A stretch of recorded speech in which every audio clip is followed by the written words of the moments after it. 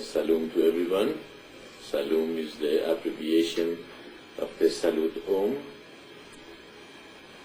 Salam and Shalom is that my salutation to the divinity within you, and that means that I salute the God in you, so I look at you as the essence of God, therefore I see you as the essence of God. And if every human look at each other as the essence of God, then we don't look at the race or the color of the skin or gender or anything else, and we realize that the other person also is God and is a part of God, and we will not harm other person either, because if we harm other people, we are harming God and their essence. Therefore we refrain from all the destruction that we can see humanity doing to each other without even thinking twice that what we are doing to other people or killing or destroying, we are really destroying God, and they will not create such a karma because they know it's going to come and harm them as well, because any action you do, there will be reaction. Therefore, the Salom is a much better way to greeting each other and reminding ourselves that we are the essence of God, and also everybody else is the essence of God. God is everything, therefore we have to respect everything and everyone and bring the respect and unity to all humanity, and stop this separation that exists between humans and humans, and bring the unity that God is.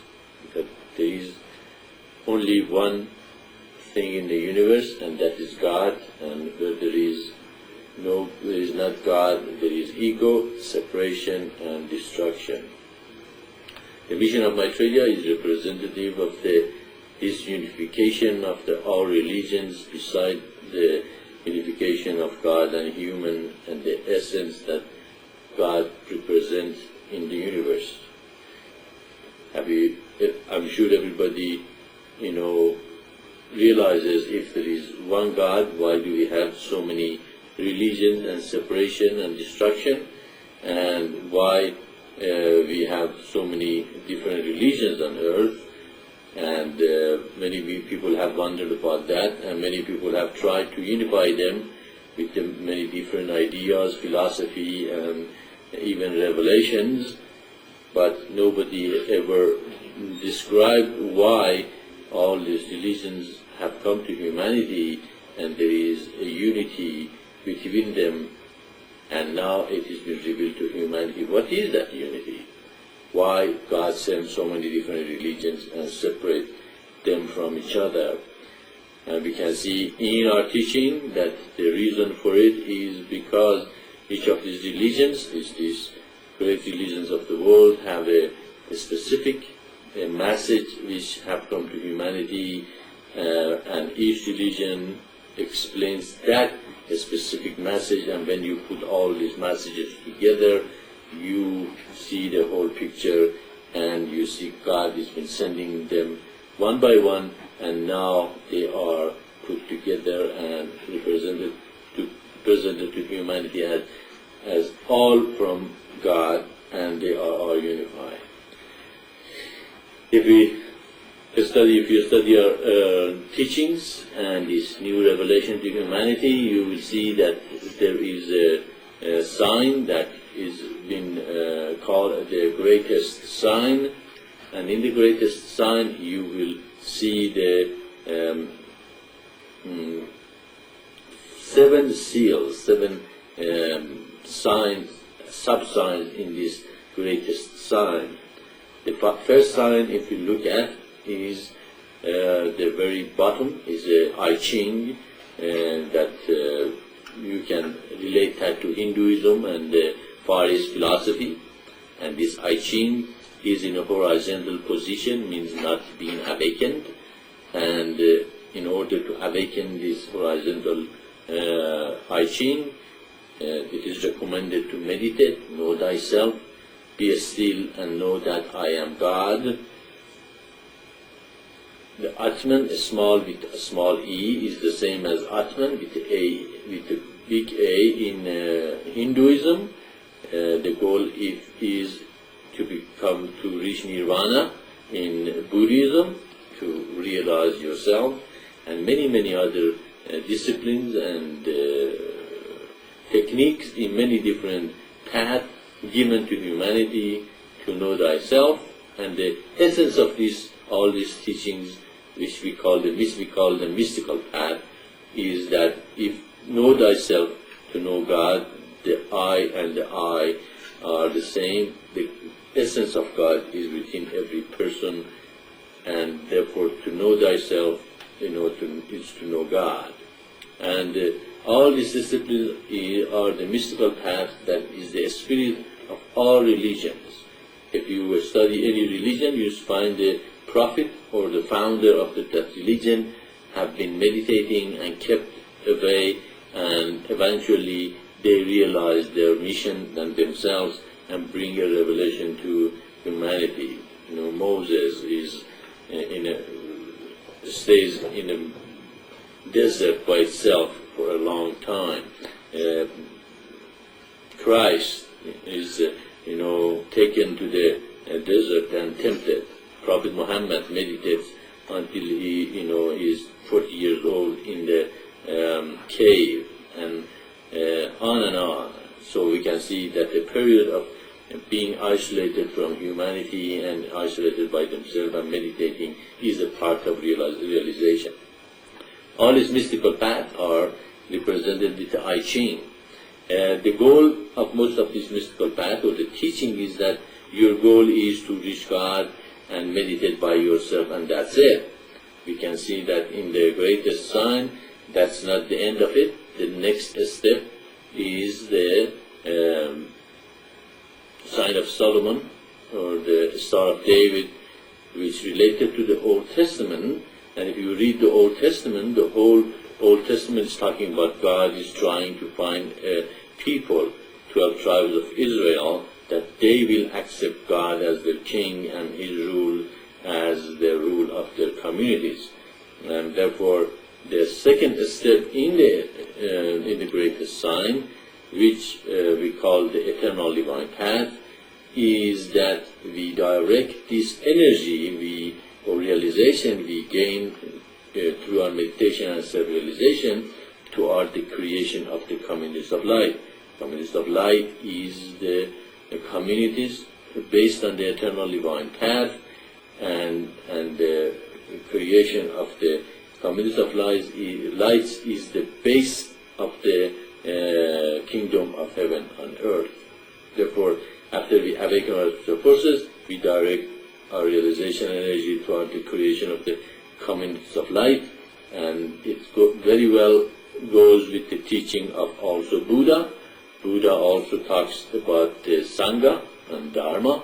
Sangha means community, and Dharma means the innate nature of each person in the community, and by using each person's ability in the community, we can create a community of light.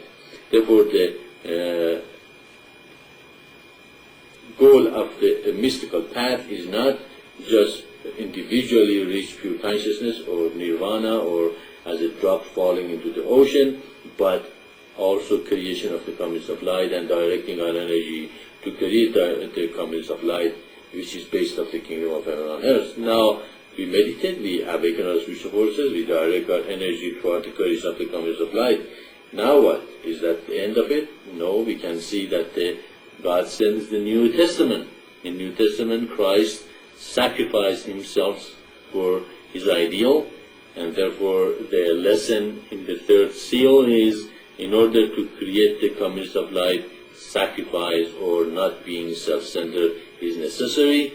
Sacrifice does not mean going to the cross, but not being self-centered and be able to give up yourself for the communities to create the communities of light. Therefore, the symbol of the third seal, or Christianity, is the symbol of sacrifice, and with awakening of spiritual forces, directing the energy of the creation of the communities of light, which is based on the eternal divine path, and with sacrificing toward the community, we will be able to create the communities of light. Now, you sacrifice for a long time, and you will realize nothing is happening. What will become? We become depressed because we have done so much work, and nothing is happening, and the communities of light is not being created. Therefore, you might become depressed and unhappy why all your work is not giving any fruit. Or you might start the community of light, and this starts happening, and you think you are the doer, and you become egoistical and self-centered again, and you fall from the grace. That's how you fall from the grace, by being self-centered and forget about God, and you think you are the doer.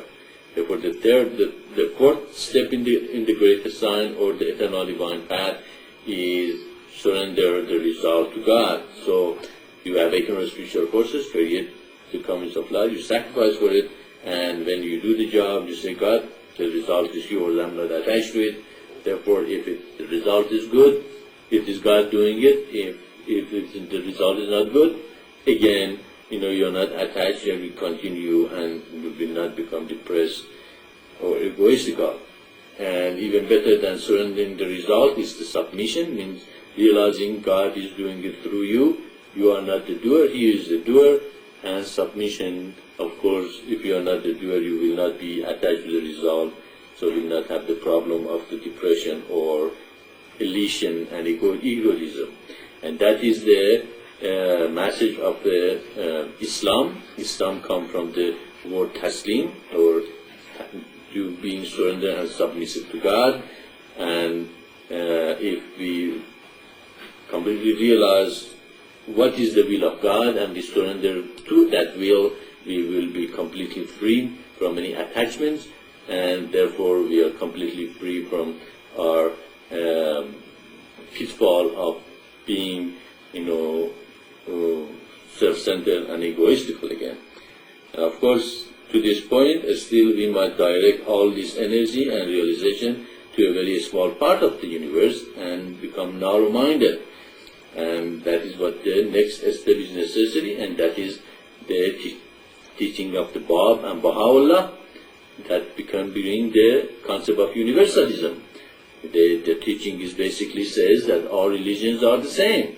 They're saying the same thing. Many people compare our teaching with Baha'i teaching and say, so he doesn't bring anything new, this is also universal teaching. The difference is Baha'i teaching says all religions are basically the same. We say no, each revelation came to us, have a specific and a special message for humanity, and then we put them together. That makes the whole picture can be seen. Therefore, that is the difference between our teaching, but the Baha'i teaching is a part of our teaching, and that is the concept of universalism. Therefore, you awaken our spiritual forces, the first seal. You direct that energy toward the creation of the communities of light. You sacrifice for communities of light to create it. You surrender and submit the result to God, or become a channel for Him, and you become a universal. Therefore, you shatter all the pitfall of the spiritual progress. You meditate, you contemplate, you awaken your spiritual forces. That is the mystical path, which covers Hinduism, Buddhism, Kabbalah, mystical Christianity, Sufism, and any other teachings that teaches know thyself to know God. You direct your energy toward the creation community of light. Therefore, you create a good environment for yourself and others in order to be able to meditate and awaken their spiritual forces. And the only way the community of light is possible is by sharing the resources of humanity. Should share with each other these resources. Sharing is not just a good idea, it is the law, and humanity have to learn to share with each other. Whatever little they have, they should share, and eventually the equity and unity become in a greater degree, and the difference between lifestyle will not be as much as it is today, and therefore they can easily come together and get along and unify. And of course, that is the Old Testament. And the next step, of course, is the sacrifice, which is the New Testament or the Christianity. And the next step is the surrender and submissive to God. With that, you completely shatter the attachment, the result of your action. You will be free, and that is Islam. And of course, become universalist, which completely free you from any bondage or narrowness of the mind or separation between human or any part of God, and you expand your consciousness to cover everyone. With these 5 steps, okay, and you upward the 5th seal is the Baha'i teachings, and with these 5 steps you become an elect. The elect are the people. You read about them in every religions, every teachings, every revelation. God talks about my elects, and those are the people God is talking about, those who go through the 5 steps of the eternal divine path. So you can see not only eternal divine path is a path, not only it shows why this revelation have come from God to humanity one by one, it also unifies most great religions of the world and unify them together and make you see for the first time why they have come from one God and they are unified, and therefore humanity are unified. There is no separation between religions. Each of them is a part of the greater truth, and when you put them together you see the whole picture. Therefore you can be united as one humanity under one God, one humanity, one earth, one humanity under one God.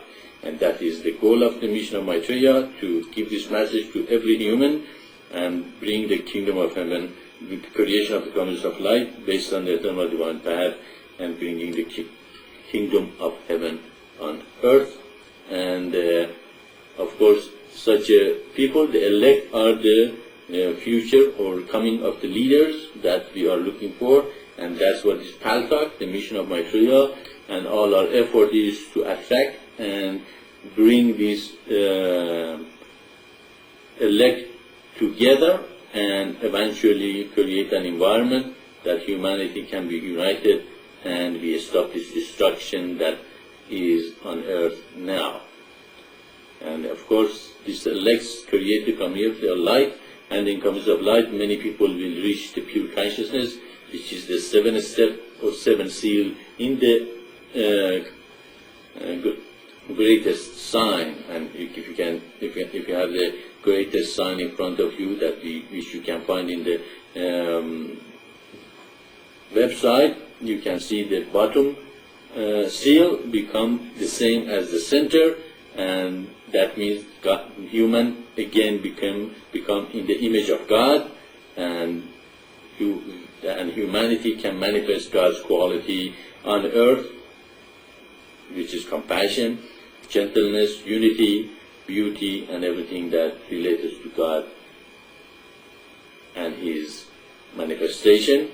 And therefore we will have many great beings on earth with those qualities, and we will bring God and His kingdom on earth. That you have heard, its revelation has been given to you. Now you know the latest revelation of God to humanity. What you do with it, it is up to you. We are done by giving the message to you, and now it is you who have heard it, you know about it, and know what is the will of God. Now we go ahead and we take the questions you have, and Pork and Bean, go ahead. I came into this room in peace. I came in here with no malice. I came in here to listen. And immediately when I walked through your door, which you made the invitation, put a red dot on me and you restricted my communication with you, which was nothing more than a thank you for the welcome. If you want me to accept what you have to say on the premise of what you say, if you try to control my communication with you and you expect me to submit to you underneath of this dogma, I cannot hear what you are saying as a spiritual man. Because it is not about God, it is about control. It is about control of the masses. It's not about the freedom of the God Spirit. I am just a little upset that you invited me to your table and you closed the door in my face as soon as I walked through the door. Okay, I'm glad that you came to our room with the peace and would like to hear the teaching. The red dotting is not something that you have done and they have red dotted you.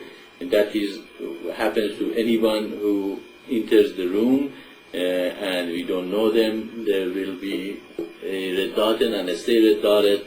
And unfortunately, that is because of the experience we have had before of the people coming in and grabbing the mic and start preaching their own, dogmas to the room, and eventually we have to red dot them. Then don't take it personally. It is nothing to do with you.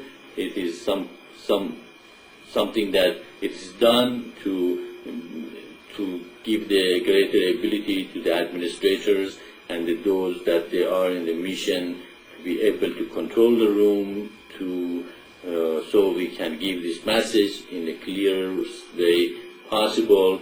So, and it is not only us who does that, but I've heard other rooms also do the same thing when they have a speaker or someone who comes here to give a message. Everybody will be red dotted, especially those who we do not know who they are and what kind of the reaction they will have in the room. And therefore you are welcome to our room, and don't take that red dotting personally, and know that that is something that is done in Paltalk in order to be able to give the message of the speaker in the clearest way possible. So I think you should realize that, so that would not affect your feeling about the room. It's nothing personal. You haven't done anything. We are not saying that you have done something bad. So, please realize that and relax and hear the message and know that you are welcomed here. Go ahead, Khaled. Okay. Thank you, Lord. Last Saturday, I was asking you about the place of Maitreya and the prophecy what Prophet Muhammad does give about the coming of Al-Mahdi and the coming back of Jesus Christ. And I told you that as far as I understood, that Al-Mahdi was al-Bab, and coming back of Christ was Baha'u'llah. And I did ask you what is the place of Maitreya in the prophecy of Prophet Muhammad. Just yesterday, I remember saying from Prophet Muhammad, he just talked about third person. He said, no Mahdi except Isa. He talked several times about two different people. He was talking about Al-Mahdi and the coming back of Jesus Christ, and the other saying to him that's only one, he was talking about one person who presents Al-Mahdi and Christ together, and actually following the Arabic understanding for the language, what he say, no Mahdi except Isa, he does mean there's only one person who will fulfill the whole position, the whole message of Al-Mahdi. And that's why now I can understand that he was talking also about one person who will be in the same time Al-Mahdi and the Spirit of Christ who will be in him. This saying of Prophet Muhammad was delivered too much confusing for Islamic seculars, because he doesn't understand how they can understand this saying of Prophet Muhammad in the light of the other saying of him. He was talking about two persons, and suddenly he was talking only about one person who will have Al-Mahdi and Spirit of Christ in Himself. I hope that I'm not wrong for what I understood. If I am wrong, maybe you can correct me. Thank you. Okay, Khalid, I understand what you're talking about, and this is a hadith, right? It is not in Quran. Yes, Doctor, that's right. Okay, first of all, Bob, this fulfilled the prophecy of coming of Mahdi, and also it seems that not only the prophecies are fulfilled with an individual, the next prophet or manifestation also represent every other manifestation before them. And therefore, not only Bob was ancestor of Prophet Muhammad, also as we have recently found that I am also the ancestor, or my lineage goes all the way to Prophet Muhammad.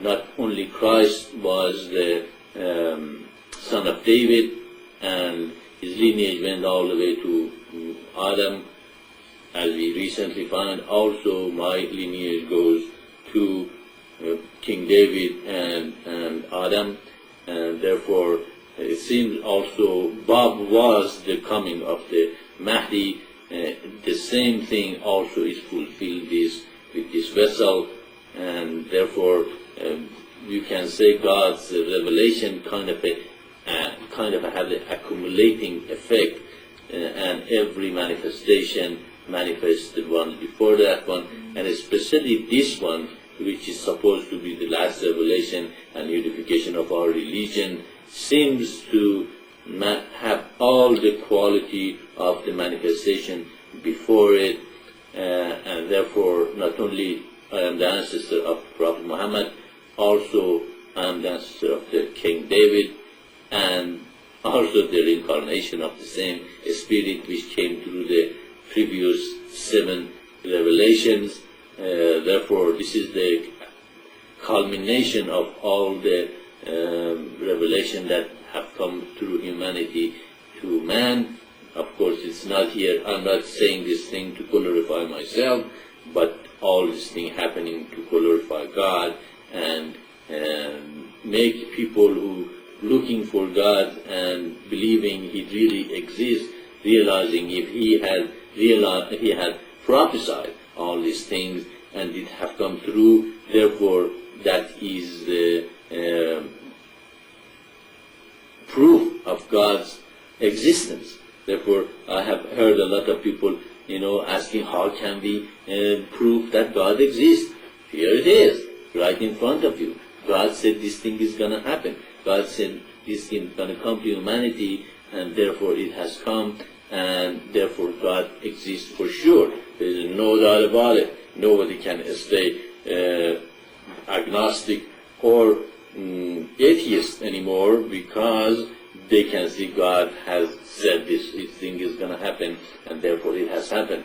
Now, the Prophet Muhammad is talking about the 2 individuals, the twin prophets in the beginning, which is, as you explained, is Mahdi and Christ, which came in the Baha'i teaching, and later on, both spirit will be manifested in one being, which is the 7 seals, opens with, which is with the book sealed with the 7 seals will be open, and the 7 seals will be open, and the mystery of God will be finished, and therefore that hadith really fulfills the both part, which he's talking about the 2 individuals, the twin prophet which came in the Baha'i teaching as Bab and Baha'u'llah, and him later on talks about the individual which will be manifested in one person, and of course that would be the 7 seal and the manifestation or revelation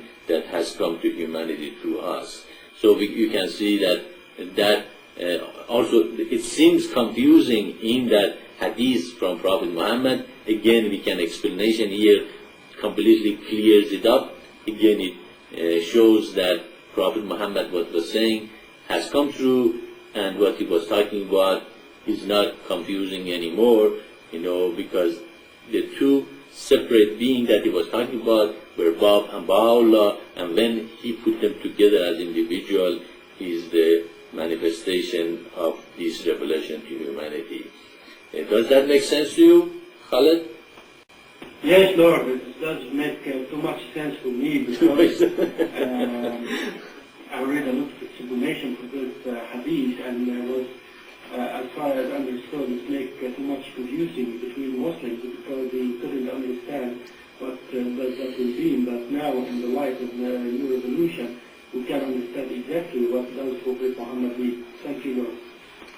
You are welcome, Khalid. And also, as we do not accept anything which is not the words of of Christ Himself, which is from the disciple, because Christ said the disciples are not greater than the master, and therefore what He said is the most important thing.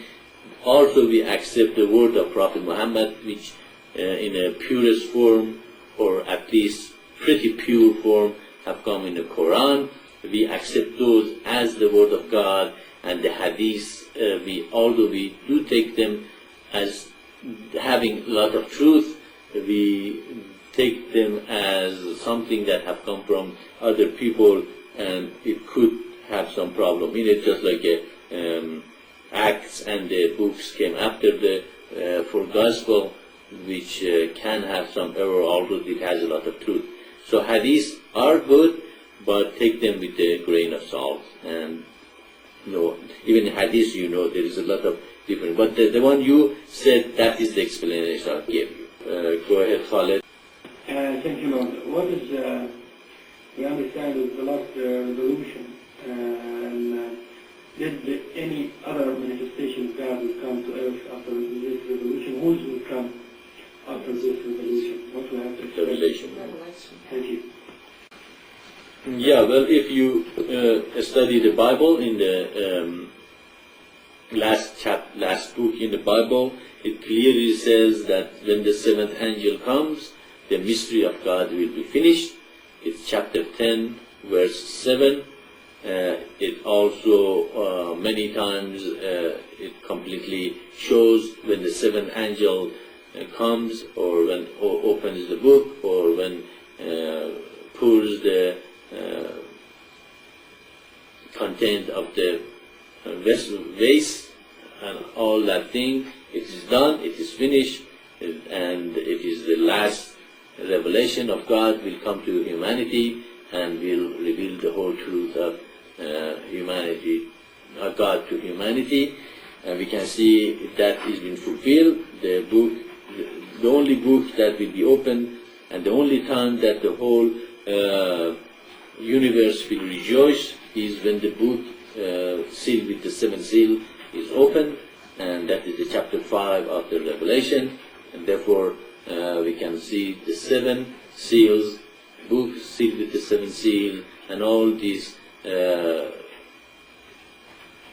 revelation have come to humanity to make it very clear that when the 7th one came, the 7th one will not keep anything from humanity, and will reveal everything to humanity, and it will be finishing the revelation of God. Therefore, the mystery of God is finished with this revelation, and the whole truth is being given to humanity. Will the other manifestation come? No, there will not be another manifestation unless this teaching will be corrupted, and another teacher is necessary to come and explain this again and again to humanity. There will be great souls coming to humanity for sure, and they will explain this teaching, and they will explain it according to the situation will arise in the future. God is flexible. He will adapt this teaching to every future situation. Therefore, great souls will come. Great souls are on earth, and some of them even make the mistake that they are the prophet, or they are the Christ, they are the person who have the revelation, and they are the ones that everybody have to listen to, and they do not realize that they are the great souls have come here to serve this mission. Therefore, no, there will not be another manifestation after this one. This is the 7th seal, the revealer of the whole truth to humanity. Go ahead, Malcolm. Yeah, thank you very much, Maitreya. very true about a lot of elect people will think that they're Christ because they'll be adding what is their own experience is the best. Maitreya, my question is this. Is it true that when Jesus comes back, he's going to reveal the meaning of Alif Lam Mim? And the revelation of that, the full meaning of that, will be the absolute proof of God. Is that true? Yeah. Yes, that is true. Actually, it has already been done. It is the initiation that the mission of Maitreya gives to humanity, and it reveals the meaning of those words. That is a part of the divine name, the greatest name that also Baha'is are waiting to be revealed to them, and the greatest name include those 3 words in it. It is more than those 3 words, and those 3 words are a part of the, that name that only will be given to the elects, means those who are dedicated to a mission completely, and they have realized this is the revelation from God. It is the last revelation to humanity. It explains all the teaching before it, and now also reveals the name of God, which is not utterable in the external world. That is why in the Old Testament we see that nobody could utter the name of God, and that was considered as taking the name of God in vain. And if you would have done it, actually they would have stoned you. They will kill you by saying the name outward, because it is not something you can say it outwardly. That's impossible. Anybody says the real name of the God is this, Jehovah, Yahweh, Yeshua, this and that, those are not the real correct vibration. Actually, the name of God is the vibration that all the creation has been created from that vibration, and that is the holy name. And that 3 words that Prophet Muhammad uttered, and Muslims are still thinking and looking for the meaning of it, is the name of the Lord, and that is the holy name, or the word that is revealed to the elects, to those who are completely dedicated to the mission, and will ask for initiation, and they will be initiated to that word. But the word itself is more than that 3 word that the Muslims know about. So yes, he will reveal the name of God to the people who are ready for it, and if as the people become more and more pure, they can hear the word within themselves, and that word is powerful, it is wonderful, it is something, when you hear it, you know, and have no doubt that God truly exists and is with you and within you all the time. So that is what you say is also true, and is being fulfilled, and is here, and is waiting for those who are also realizing this is the teaching of God, and there is no other revelation on earth for them but this unifying revelation. And as I start the mission, when I received the mission, I realized I have no choice but to start this and give it to humanity. Therefore, it is required also for those they want to be part of the mission to realize that they have no choice but to be in this mission and be a part of it, and therefore they will receive this word as initiation. Go ahead, Juniper. I would like to know your thoughts on Jesus Christ and why you think he was here. Thank you. Okay. Of course, his name never was Jesus. As you know, there is no J in Hebrew. I know a lot of people say it is a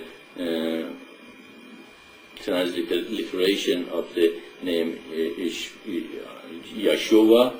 Of course, nobody really could explain to me how Yeshua has transferred to Jesus, but that is not important. The most important thing, he is Christ, he is the Son of God, And the Son of God means he who is in the image of God and manifests God's quality. As we can see, even before the flood of Noah, there were sons of gods, and there was more than one, and there was many of them. There were sons of God, and some of them came to earth and took daughter of man, and therefore there were sons of God even before that. Or many of the people in the Old Testament walked with God, and God took them. That means that they did not die, they became the Son of God. And in the beginning, man was in the image of God. Adam was in the image of God. He was male and female, and therefore he was the Son of God. And at the end of the Bible also, it promises, whoever overcometh, become my son, and God become his father. Therefore Christ was in the image of God, and all the prophets are in the image of God at the time they manifest God's quality and bring his words to humanity in the purest form. And in that moment they are Christ, they are the Son of God, they are one with God, and there is no other way to God but they, because their word is the word of God. And as we can see, Christ himself, claims and declares that he is the way and the truth, and no one goes to the Father but through him. In that moment, he is one with the Spirit of God, and he is God indeed. And all the prophets in that state, when they are one with God, they are God. There is no separation or difference between them. And at another time, somebody calls Christ a good rabbi, and he rebukes the person and says, "Why are you calling me good? The only good is God." We can see what happened. A couple of days ago, you are the only way, and there is no separation between you and the Father, and no one else goes to the Father but you, and now you say you are not even good. We can see in that moment, the Spirit of God is not upon him. He is a regular man, he is a regular person, he is just another man, and so therefore he is not in the image of God, he is not the way. Therefore we can clearly see that that is the way of God. God chooses from men, and his Spirit come through those men to humanity, and those men become the mouthpiece of God for human to know what is the will of God, because God does not come on earth that easily. Some people reach some very small part of God and manifest that part, and they think they know God, but the only people who manifest God in the greatest degree are the manifestation that are prophesied to come for a long time. And then that person is chosen, he will be taken away from humanity, he will go through a period of purification and meditation, and eventually he comes to humanity and says, "Humanity, I have a message for you, it is from God, and when I give that message, me and the Father are one, and I am the Son of God, and I am divine, and there is no separation between me." The same thing, Krishna says the same thing. Krishna in Bhagavad Gita says, "I am God, I am the manifestation of the divine supreme being, and whatever I say is the truth." Same thing as Prophet Muhammad in Quran says, "Listen to the Prophet, whatever he says is my word." But Prophet Muhammad says, of course, he is just a plain prophet, and therefore they are not, he is not God. But really what he's talking about, when he is not connected to God, he is not God. But other part in the Quran, it says you have to listen to the prophet, and he is God in that moment, because whatever he says is my word. So we can see that you can call Prophet Muhammad the Son of God as well, and in that moment he is the way and the truth, and no one goes to the Father but through him. And that is true for Bab, for Baha'u'llah, for all the manifestation that God sent to us. And therefore Christ was the Son of God. Christ was God in those moments, and with this explanation, really, they have never been God completely manifest on earth 24 hours a day, all their lives. but at the same time they do manifest God at the moments they are connected to God and they are giving the word of God to humanity. So Christ is the Son of God, the Christ is Christ, Christus, Krishna, Chrisma, God is with him, and therefore we accept him as the Son of God, not in the sense of being conceived by God and Mary, but in the sense of his manifesting God's quality to humanity. Was Mary a virgin and had him as a son when he was virgin? Being pregnant while you are virgin is not a unique phenomenon. In history, we have seen many times this has happened, that the virgin is being pregnant and deliver a child when they are virgin. Of course, that was the will of God. That was God wanted it to happen, and that also we accept as a miracle. And so Christ fulfilled also that part. So Christ fulfilled the prophecies for his coming, but he is also a part of the eternal divine path, a part of God's revelation, a part of his unifying revelation that now God has sent to humanity.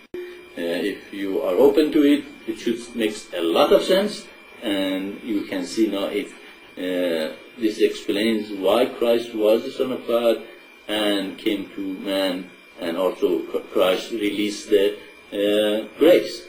Christ came to release the grace that was taken away from man at the time of the Garden of Eden. That is why his followers were saved by grace, and they, until to this point, from now on, of course, anybody who follows the eternal divine path will receive the same grace that the follower of Christ had before.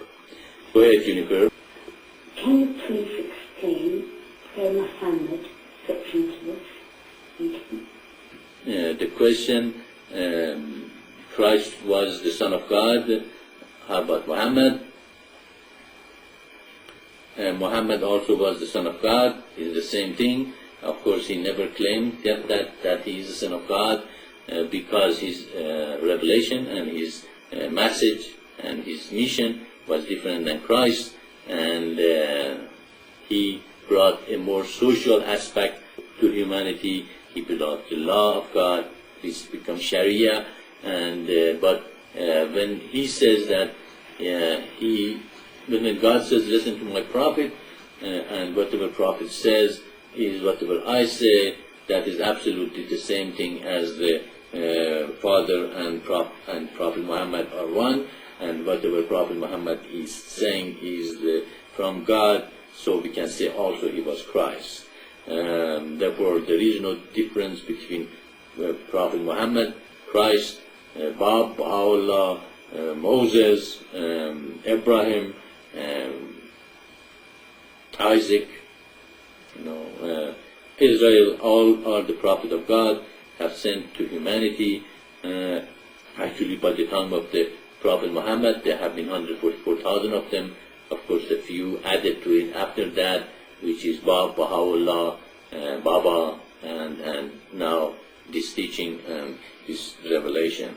So we can see that there have been many prophets, and all of them had the Spirit of God in them. Of course, some of them had the Spirit of them in a greater degree, some of them had it in a lower degree, some of them needed to heal people so the people believe in them, some of them had to bring a miracle of the revelation like Quran and Dawah, and that is enough for those who are ready for this revelation to see the truth in them and say, yes, this is from God, and therefore they don't need to be healed or miracle to be given to them. Especially Christ said, what good does it make if I heal you? If the unclean spirit leaves you, it goes and invites 7 more wishes than itself and comes to you, and the state of the man is going to be worse than it was before. So the answer is you have to learn how to heal yourself, and if you do that, then you don't need that unclean spirit will not return to you. So there is no separation, there is no differentiation in the mission of Maitreya between any prophets. Some of them had some abilities, the other did not. All of them said the same thing, they are the way, the truth, and no one goes to the Father but through them. Go ahead, Juniper. Okay, I just cannot believe that anyone goes to the Father but by them. No one goes to the Father but by Jesus. Okay, as I know, I understand where you're coming from, Juniper. Probably you are a very strong Christian, and we appreciate you being that. That is great. Christ was great teacher, great prophet, and have come to humanity to bring a great revelation to them. Probably most of your belief and knowledge come from Paul, and he has made Christ something absolutely different than what Christ was. He was a disciple. He was not even alive when, he wasn't even close disciple to Christ, but he felt that he has a mission and he has been chosen to preach Christianity. But Christ himself said that even the disciple, even his close disciple, are not greater than him. So if they are not greater than him, even don't listen to them. You have to listen to Christ completely and directly and learn from him what the truth is. And that is why we believe that if you want to really become a good Christian, you should only read the red writings in the Bible, which are directly from Christ, and believe on those. And as I say, that's what Christ says he is the way and the truth, and no one goes through the Father but through him. But he meant in that moment, in that revelation, in that period that he came as the manifestation of Christ to humanity. As I said, you can hear the same thing in Bhagavad Gita. Krishna says the same thing. No one goes to the Father but through him. In Quran, God says, listen to the Prophet. Whatever he says is my word, and listen to him. Therefore, in an indirect way, also Prophet Muhammad is saying the same thing. No one goes to the Father but through Prophet Muhammad. In that moment, in that place, in that revelation, in that truth that have come to humanity, which purified the revelations before him. Christ came to purify Jewish and teaching before him. Prophet Muhammad came to clarify and purify the revelation before him. Bab and Baha'u'llah came to purify the revelation before them, and now this revelation has purified all religions of the world and explains all the problems many religions have together and purify them and bring the truth to humanity. Again and again we say the same thing. Nobody goes to the Father but through his teaching, and me and the Father are one. And though the holiest of the holies is the Word of God, it has come through this vessel to humanity, and I am the proof of the God's existence. If anybody wants to know God exists, God said he will do and send all this revelation. He did. He said he will unify them. He did. He said there will be a book sealed with the 7 seal, and it will be open, and when it will be open, the whole universe will rejoice. It has. Therefore, God exists. I am here to glorify God. Actually, this is the glory of God has come to humanity in the form of the revelation and the teaching. And now I am telling everybody, do not stay in one religion. You do not belong to any specific religion. If you do, you will stay narrow. You will not see the whole plan. You will not see the whole truth. You will not go to God. Because in order to go to God is to overcome your religions, your narrow understanding, and come to the expanded revelation of the unification of all religions, and realize God is one, and all these revelations have come to you through God, through the manifestation, through the prophet. Come, join this new revelation and realize that you are a part of us. We love what you have. What you have has a lot of truth, but take the dogma out of it, and that is what this mission does. It takes the dogma out of the religion and give you a path that has no dogma. If you follow it, you will see benefit. If you do not follow, you do not see the benefit.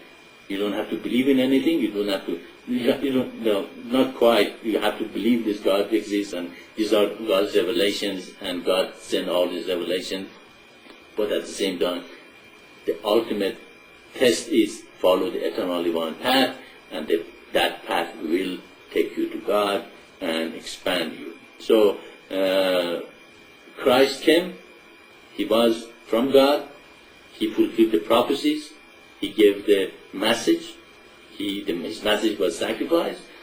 He also was prophesied to gather the people. He gathered the people in the West as his disciples, which are the children of Israel, children of the house of Israel, and he also released the grace to humanity. So he did come. He is the Son of God, as is Prophet Muhammad and everybody. All manifestation, and he did what he was supposed to do. Go ahead, Khaled. Thank you. About three things about who's the bonus son from Abraham, which Abraham was preparing, sacrificing his own son. According to Judaism and Christianity, that was Isaac. According to what people understood from the Islamic teaching, must be Ishmael. Second thing about what Apostle Paul wrote against the law of Ishmael, the right food, what he wrote against the law of Sabbath and the holy days, or which people, the people understood that he wrote against Ishmael, the law of the right food, and against the law of the holy days. What is your point of view about that? First thing about why is not clear teaching in Islam or Christianity and about reincarnation. We can see the teaching of reincarnation very clear in Buddhism, in Hinduism. Also in the has-been Judaism, Orthodox Judaism, but just Islam and Christianity, both of them deny the law of karma, not the law of karma, deny the or being more exact. I need to write them down. How we understood, they deny the reincarnation. Thank you, Rob. The first one, he wants to know Isaac and Ishmael because... Who was the promise for? Why did they, in Islam, they teach that Ishmael was the one that was sacrificed, as opposed to in Judaism and Christianity, it was Isaac that was sacrificed by Abraham. Okay, Khaled, you had a lot of questions here. People put it down, and also they didn't understand some parts of it. Okay, your first question is that the Muslim says it was Ishmael that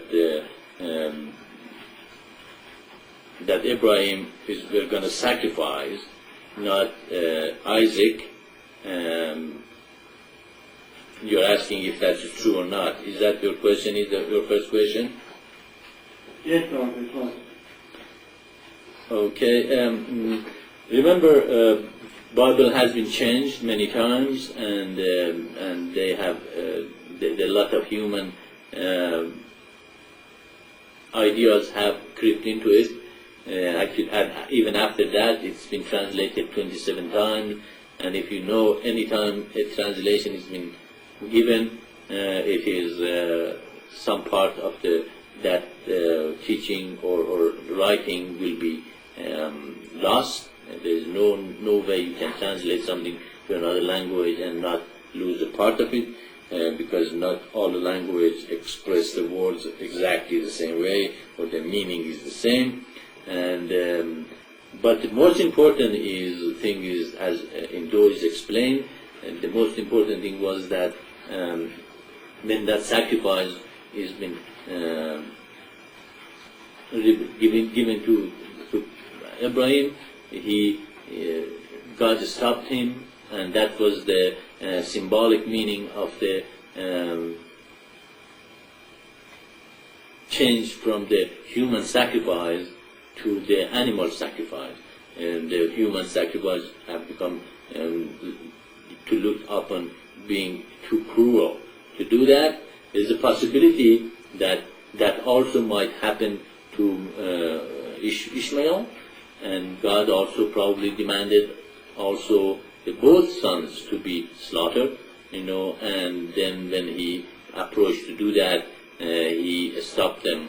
And in the Bible, it also makes it very clear after that Abraham stopped sacrificing for his sons, God gave the unconditional promise to him that there will be many nations come from Isaac, and he already had promised Ishmael that a nation will come from him, and therefore it was not necessary to repeat it over there in the Bible anymore.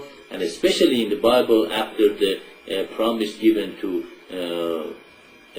Abram for his son, this was Ishmael, the promise were two promises. They were the material possession or territory, and the scepter or the spiritual domination and kingly spiritual domination, which was the Messiah or the prophet, which was given, the promise given to both of them as Abraham for his son Ishmael, and as Abraham for his son Isaac. Abram means father of one nation, Abraham means father of many nations, and therefore we can see that prophecy also fulfilled.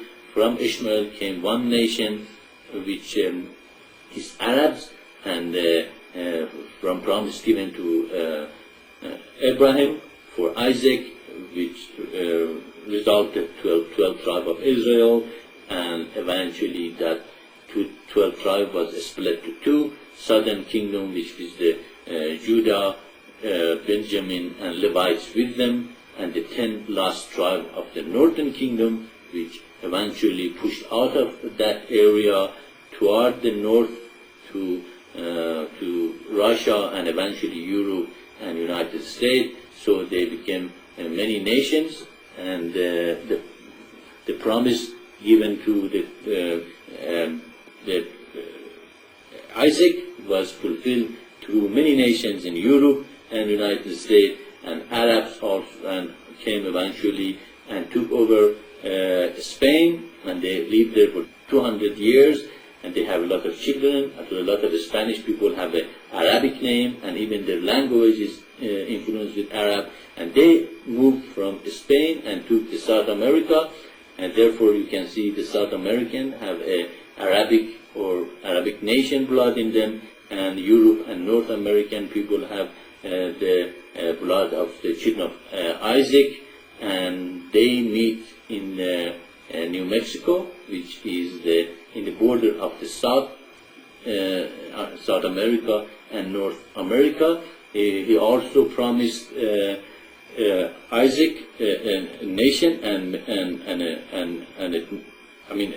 Israel a nation and many nations. The nation was the United Kingdom, and the many nation was the United States of America.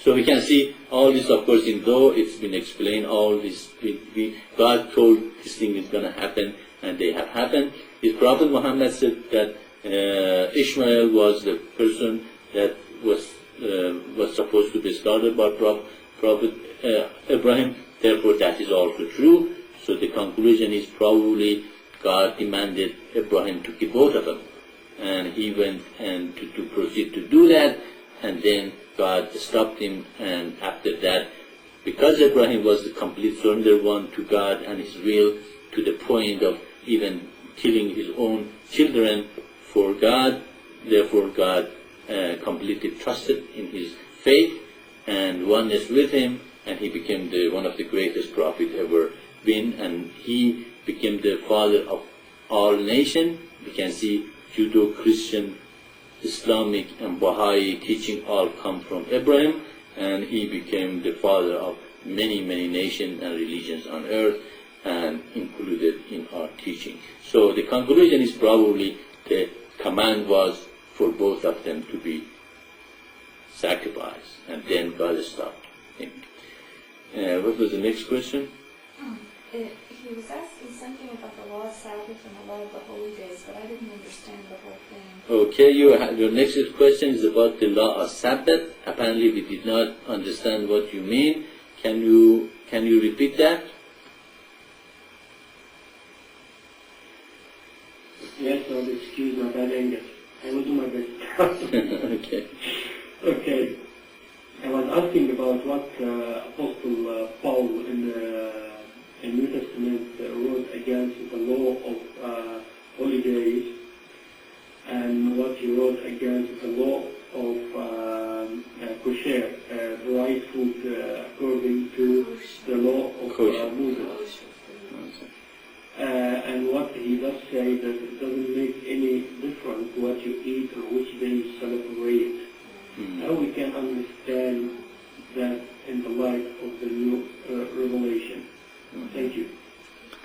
Yeah, okay. The law of Sabbath, God created the world in 6 days, and the 7th day He rested, and He told Jewish people or Hebrews to keep the 7th day holy, and His 7th day was Saturday, and they kept it holy for a long time. The reason Paul logic was that the Christ was raised in the 3rd day, in Sunday, therefore we have to change the Sabbath from Saturday to Sunday.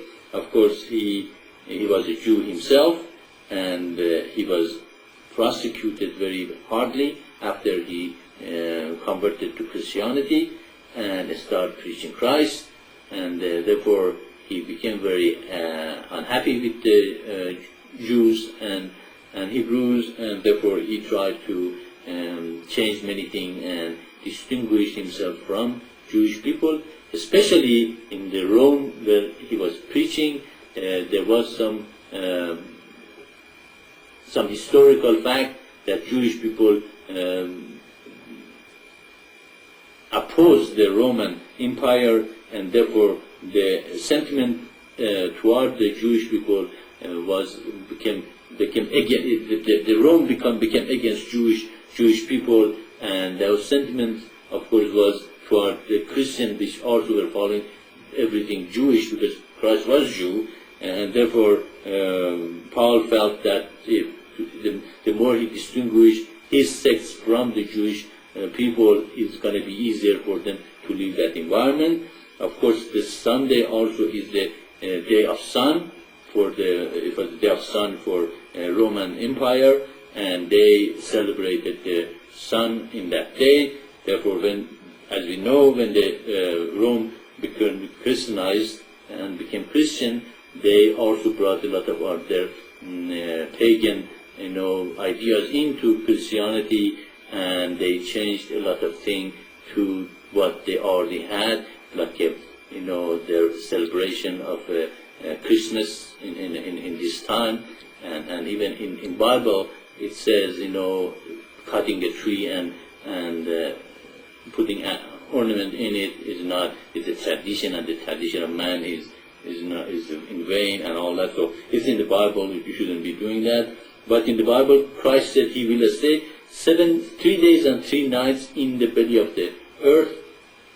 And if we believe what a lot of people believe, He was crucified in Friday, there is no way He can raise in Sunday, because 3 days and 3 nights, it's going to be sometimes in Monday evening. So He cannot raise in Saturday. The truth is that Sabbath that He was crucified before was a yearly Sabbath, which was the Wednesday, and He was crucified in Wednesday night, and He raised in Saturday night. So really He was raised in Saturday, not Sunday. Again, it's explained though how it is. Therefore, God never changed the day of the Sabbath from the Saturday to Sunday. When Prophet Muhammad came, he also was accepted with the Jewish sect in Arab area in the beginning, but later on, after they realized that He's not going to make them prefer over the rest of the people living there, they rejected Him, and He also received the revelation to change the Sabbath Friday, and therefore Sabbath for the Muslim changed to Friday, but in reality their true Sabbath is Saturday, because that is what revealed to the Hebrews, and God demanded in part of His commandment, you keep the Sabbath holy, and therefore in the mission of Maitreya, we accept Christ was raised in Saturday, and God did demand Saturday to be the holy day, and also, eventually we are hoping that we will have 3 days of not Sabbath but rest, Friday, which Prophet Muhammad brought it, Saturday, which God demanded, and Sunday, this Christian believe should be. So in Friday you can do the worldly thing and get a lot of things, the worldly to be done. In Saturday you rest, in Sunday you celebrate, hopefully, if we get a place that human doesn't have to work more than 4 days a week. So what's the next question? Why is there no clear teaching of reincarnation in Islam and Christianity, but it's in the other religions? Yeah, the question is why there is no mention of the reincarnation in Islam and Christianity, and why it is very clear in Hinduism and Buddhism. The Hinduism and Buddhism are the mystical path. Actually, mystical path, most of them have the idea of reincarnation presented in them, because the people who meditated realized that it's impossible to accept God as just without God giving human many opportunities. Okay, if somebody came and was born in a very harsh environment and never heard about this revelation, and he was in some African tribe that they ate human and they died. Is that fair to kill them and send them to hell because they just follow their tradition?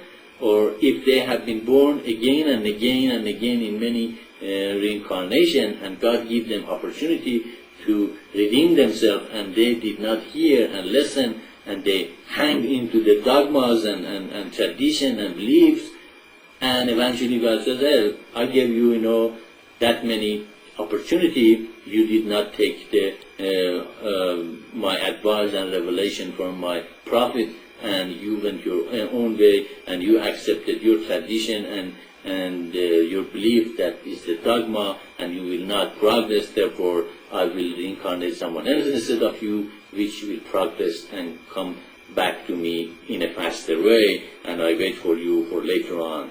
So we can see the justice of God cannot be explained clearly unless there is reincarnation accepted, that we have been given many chances, and God has guided us toward the truth, and if we will not listen to it for a long time, therefore God has all the rights to say, okay, I'm not going to incarnate you anymore because you're not listening. And I'm going to incarnate another being or consciousness that will progress faster.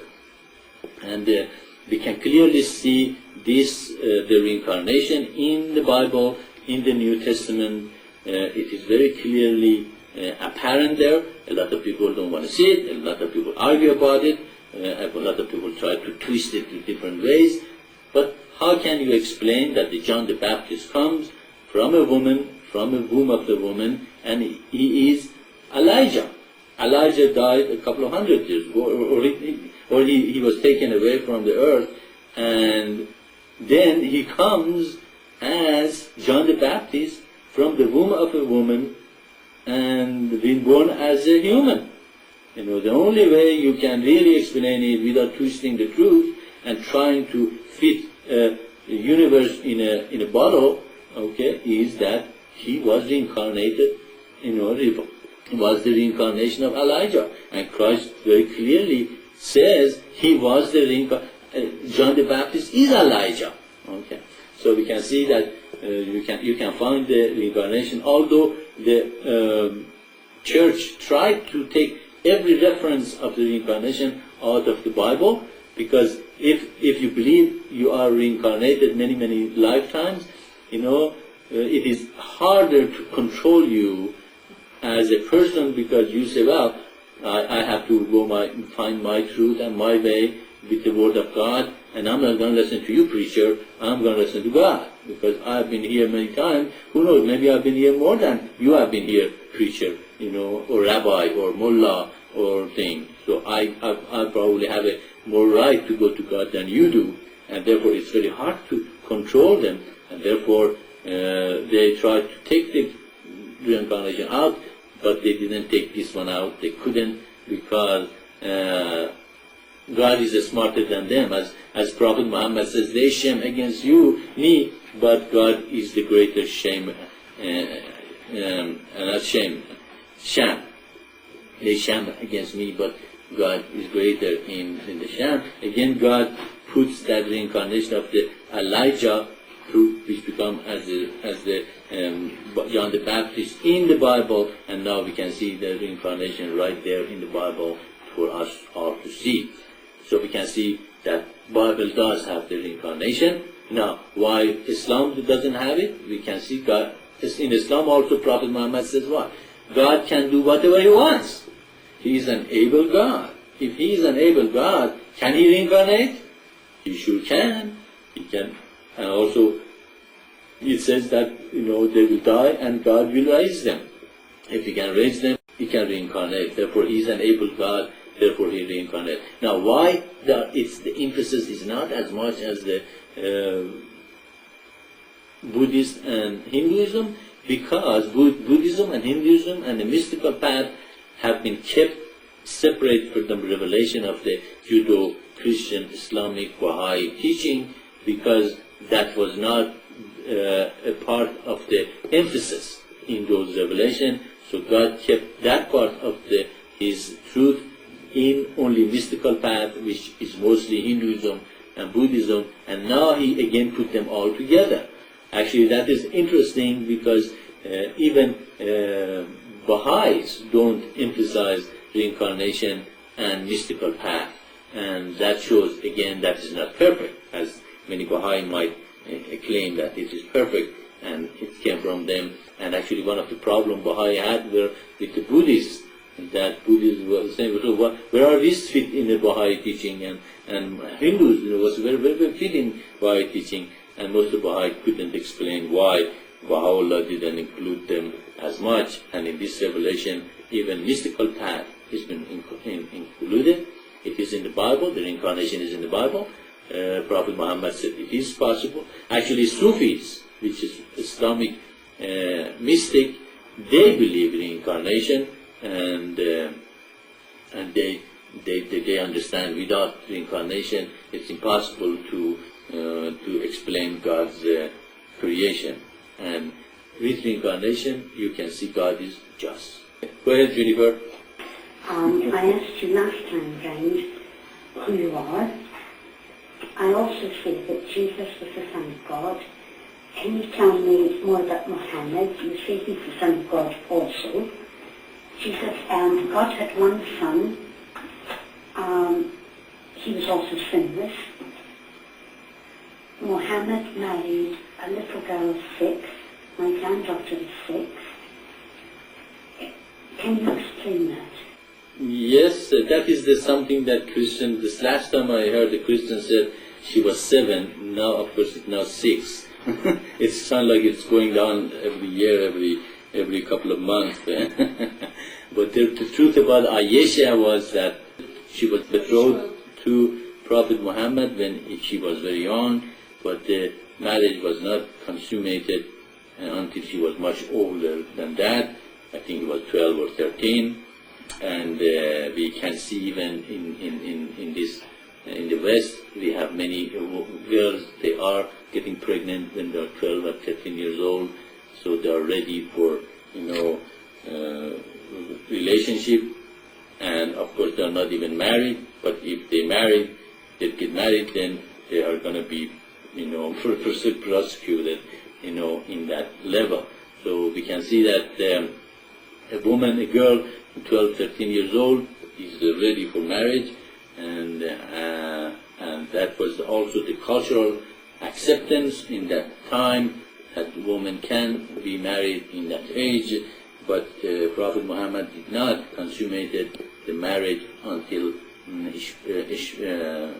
Aisha was much older. Therefore, this is a misconception that Christians keep repeating and calling Prophet Muhammad a pedophile and all that. This is just another man-made story, and it's not true. And therefore, you have to correct that part of your understanding of Prophet Muhammad. And he never married a 7-year-old girl, and even in that culture was not accepted for a girl to be married in that age. And therefore that's not correct. And also Prophet Muhammad fulfilled the prophecies that has been given, and also in the Revelation it's talked about the 7 seals and the 7 angels. All of them is relating to the 7 prophets will come to humanity. Also, even in Bible itself, it clearly says that God gave 2 promises. One to Abram, which the son of Abram was Ishmael, and then God changed the name of Abram to Abraham, and Sarai to Sarah. Sarah means princess. Sarai means our princess, more than one. Therefore, Abram, father of one nation, became Abraham, father of many nations. And then God promised Abraham a son by the name of Isaac. And then God promised the same promises that He gave to Abram to Abraham. To Abram, God gave the promise of a land with the endless border, and many people that the number cannot be counted. And then He gave changed the name Abram to Abraham, and gave the promise to Isaac that they will become also great nation, and then later on many nations. So we can see even in that point, God knew there is going to be 2 prophets, 2 messiahs, 2 manifestation will come, one from Abram, which was Prophet Muhammad, and one from Abraham, which was Christ. So if even that can be understood with Christians and Muslims, they will realize that both of these beings have been promised by God to come to humanity, and therefore Christians will accept Prophet Muhammad and the revelation he brought through children of Ishmael, and will not fight with each other and try to destroy one another or make everybody Christian or everybody Muslim. You will not be able to do that. It is not prophesied, it is not given to any of one religion to convert everyone to other religion. It will not happen. You will suffer, you will kill, you will destroy, and separation will bring great suffering and tribulation to humanity. And then, actually now as we speak, we are heading toward that tribulation and destruction for humanity. And the only religion, the only teaching will unify all of them together is the teaching of the 7 seals and the book that was sealed with the 7 seals. Therefore, we can see even before, Christ or Prophet Muhammad come, God already said there is going to be 2 prophets come, one from Ishmael and one from Isaac. And therefore, Prophet Muhammad has all the right to be a prophet and sinless and the Son of God as Christ did. And therefore, you have to overcome your dogmas. You have to stop to listen to Paul or anyone else, or even your preacher. Go to the word of the Christ, go and read though, see how God said all this religion will come from Him, and stop calling the prophet of God a pedophile. That is the great sin, that is a karma, that is something will come and stay on you, especially after this is explained to you now, and there is not such a thing as many people say. Go ahead. I have dream. I want to change the subject just a tad out of the density of the physical and ask a question concerning our divine nature. I am a meditator. I'm wondering, I am struggling with something on a lower emotional nature, and I'm wondering, even through all my connections with Source, as I call it, God, and my meditations, I'm still struggling with manifesting the totality of my divine nature. And I'm wondering how I can sift through what it is I'm struggling with, because at times I'm even confused on what it may be. So I'm wondering how I can clarify it to my consciousness and then release it. And do you have an answer for that? I sure do. Well, meditation, as if you read our teaching, you will realize that meditation is not the only way. Actually, it is not the final way either, but the eternal divine path is, and the eternal divine path is more than meditation. It is creating the qualities of God within yourself.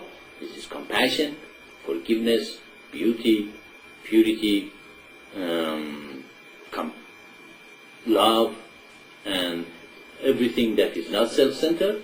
Those who just meditate, they might become self-centered and will become selfish and might not reach out to other people and humanity and destroy the falling on oneself.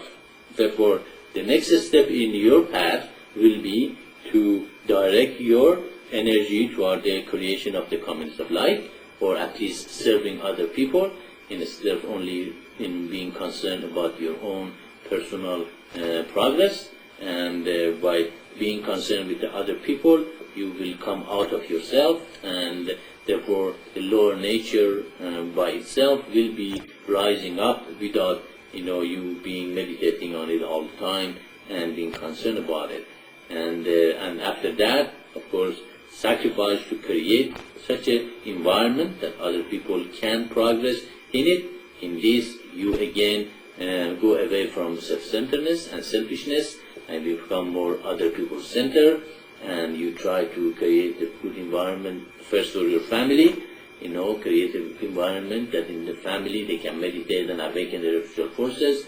If you are married, become one with your partner in God and bring God to your relationship, so you both progress together and become one, because that's only one couple. That's the only way couples can become one with each other.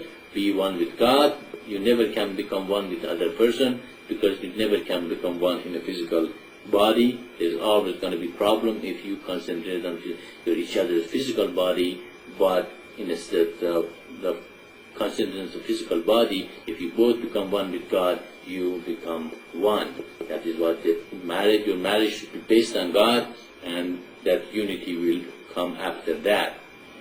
And then, of course, reach out to the immediate community, to your family, then community, and according to your capacity, reach as many people as you can, so you can bring them to the betterness of their life, so you become a manifestation or a channel for God's quality. And then, of course, after that, surrender and submit the result to God, and let God come through you and do the work, and therefore you're not again thinking about yourself, but thinking what is the will of God for me.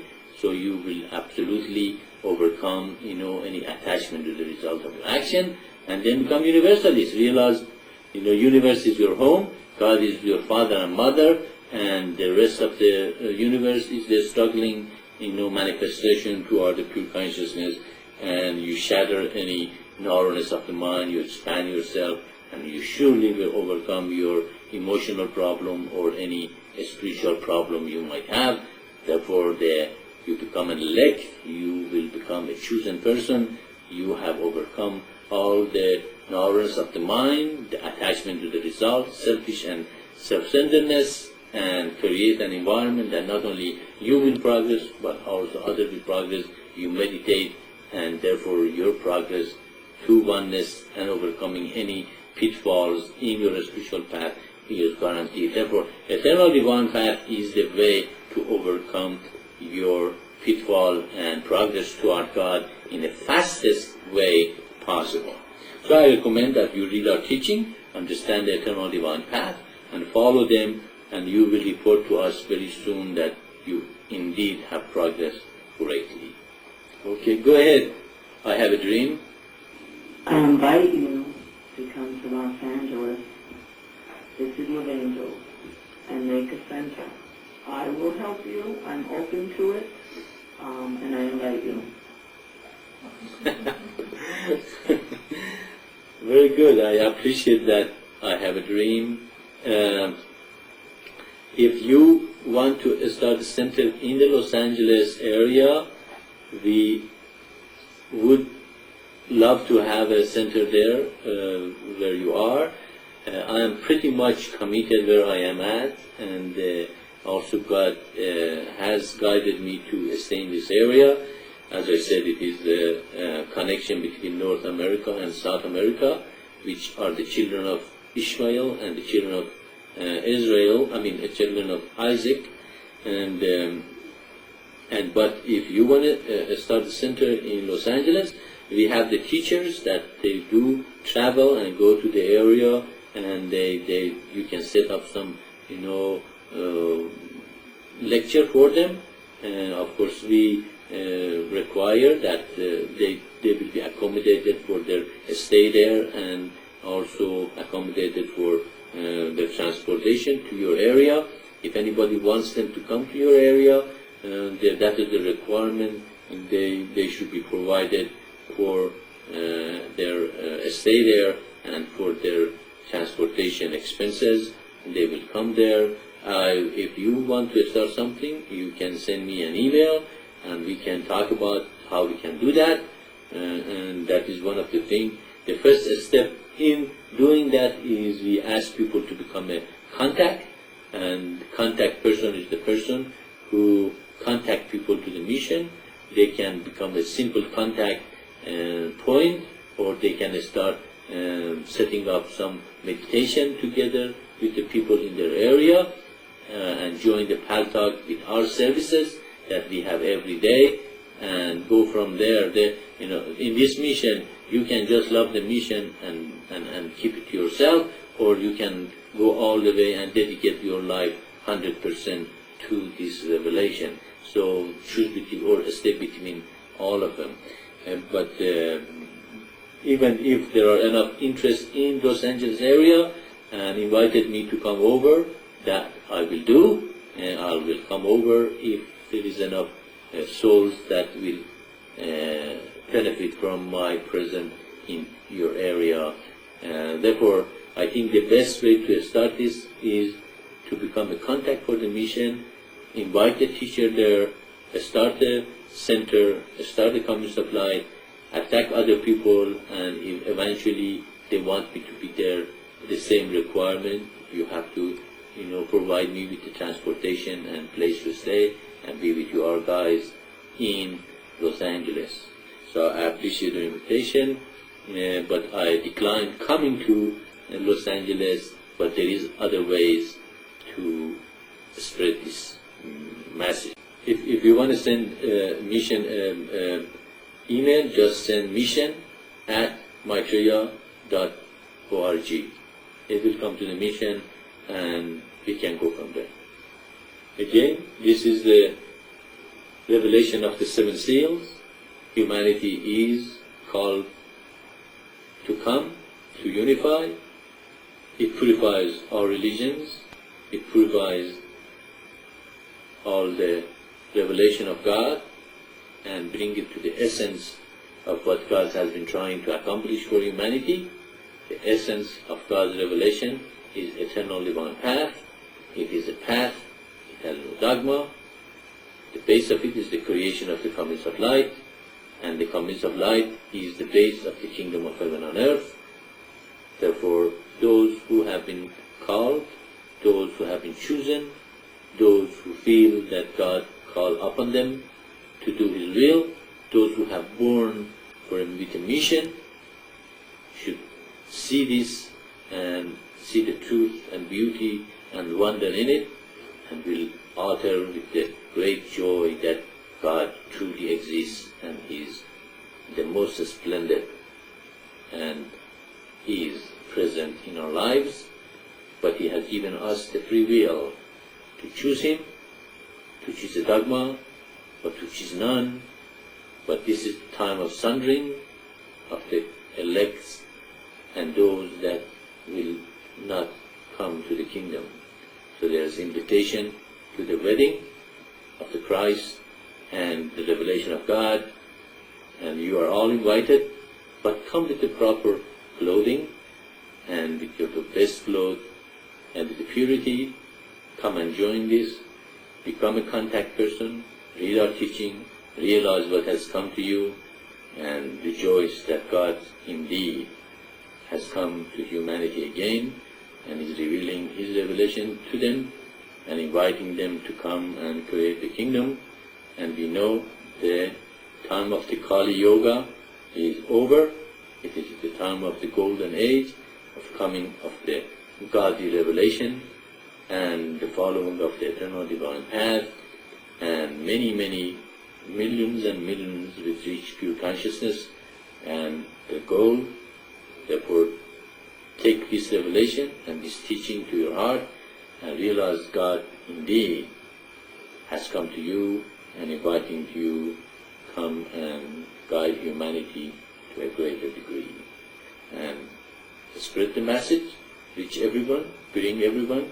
I like every human hear this revelation and this message at least once. Therefore bring them and let them hear it and leave them to God after that. Don't be attached to the result. If they are chosen, if they are elect, if they are called for, they will see it, they will for it. But if they are negative about it and they don't see the truth, I feel very sorry about that, but that is where God wants them, and they will not see the truth, but many will. So many will be called if you are ready to accept. Salam everyone. Have a godly week. See you next week.